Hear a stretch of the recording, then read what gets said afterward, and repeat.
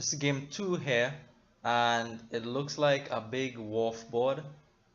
There's mining village there for your source of plus actions. Again, the only source of plus actions, so you don't want to lose that split. There's trashing in lookout and junk dealer. Lookout is cheaper, you gotta open with that. Junk dealer is a bit better though. And there's also the horn of plenty, the mighty horn of plenty, and you can get it up to province with quite easily here. Actually, you get what, copper, gold, silver. Horn is 4, you're already halfway there. Mining village wharf 6, and an envoy 7, storyteller 8, junk dealer 8, lookout 8. That's your 8 there. So you can get there, but you have to build it first, right? So my opponent opens with an envoy, which is good. Envoy is a good card in general. Sometimes it could do some nasty things, but it's usually a good card. Here on 3, I go for the lookout at this point. I want to thin to build my deck. I need to get rid of some of these coppers, some of these estates. Don't want to get rid of all the coppers though. Want to keep one for Horn of Plenty at least. And my opponent goes for a silver instead of the lookout. So envoy silver for my opponent. I am going to go with the lookout, and I was thinking of going with a silver, but the envoy is just far too tempting. I can maybe get to 5 with the envoy, and I don't need the silver. That would be nice. I mean, I do want the silver eventually, but I go for the envoy.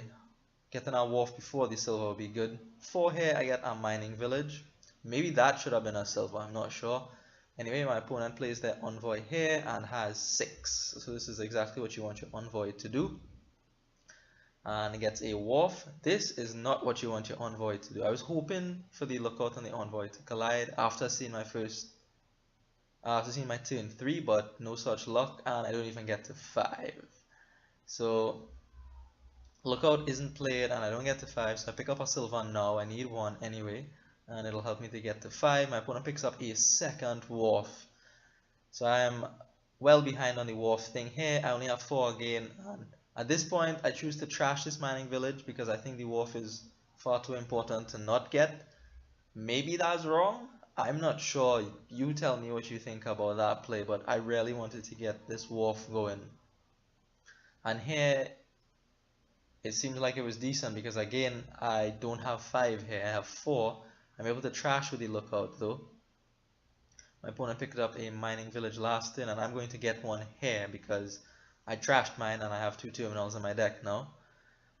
So here, from the wharf, my opponent plays the mining village and an envoy, and they're well on their way. 9. You don't have to think about what to buy with 9 on this board. Mining village and wharf is easy. Hoping this envoy gets me to 5. No such luck. Wharf drawn dead. Lookout drawn dead. Didn't even find the silver. So again, I'm stuck with 4.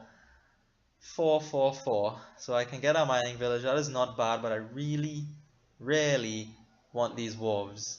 7 here, my opponent is just going to pick up a wharf, and they are well on their way, even though they have no trashing in their deck. My only hope at this point is that they stall out enough due to the lack of trashing, and hopefully I'm able to come back in the game that way.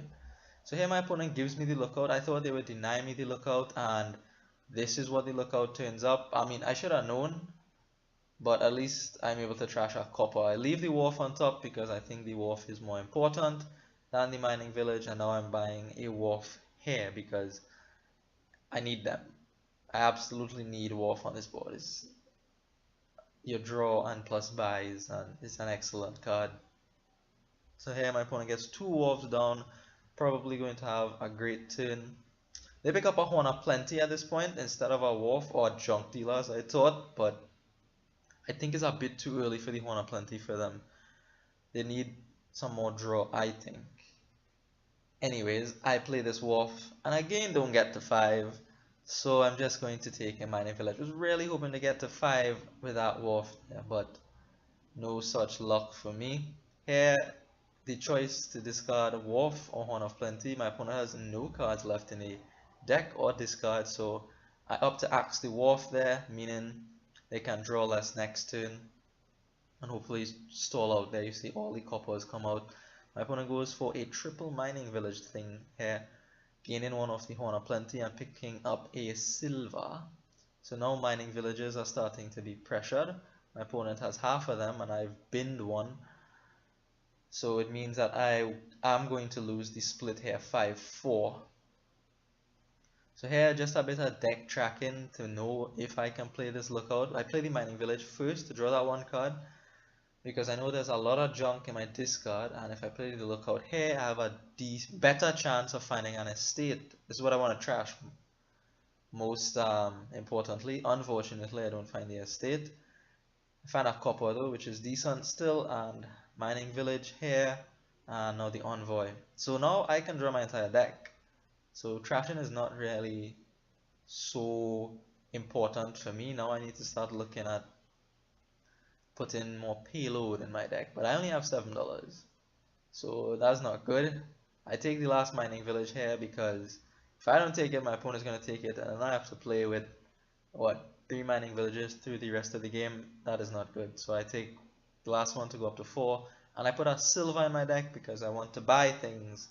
Now I'll go up to 9 if I don't trash coppers unwantedly. So here my opponent stalls out. You see, just able to play a wharf and have $6 picking up another wharf. Notice too on my last turn I have only 2 wharves. My opponent has now 5 of the wharves.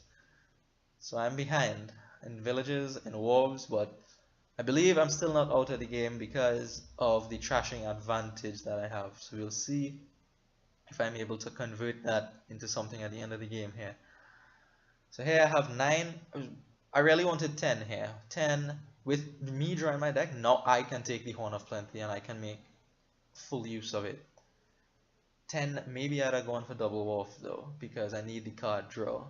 But at this point now I'm starting to think about Horn of Plenty and what I need to juice up the Horn of Plenty. Juice up meaning get to the correct number of uniques. I pick up a silver again here. Little bit unattractive, but I need the money. Like I pick up a wharf, but that's not money. I need money to buy things too until I can get Horns of Plenty.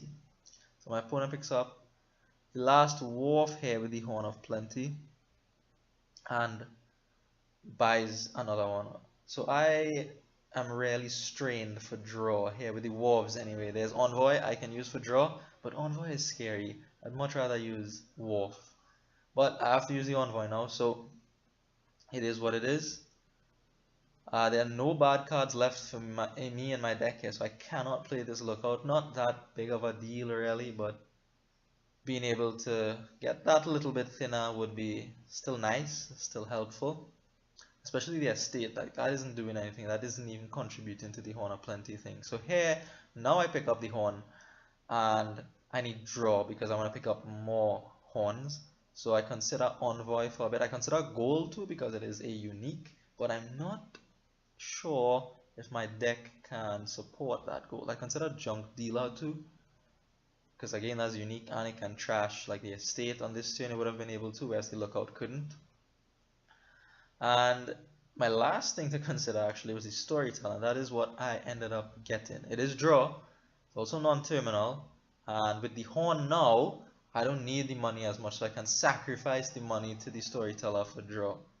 So that is why I picked up the storyteller there.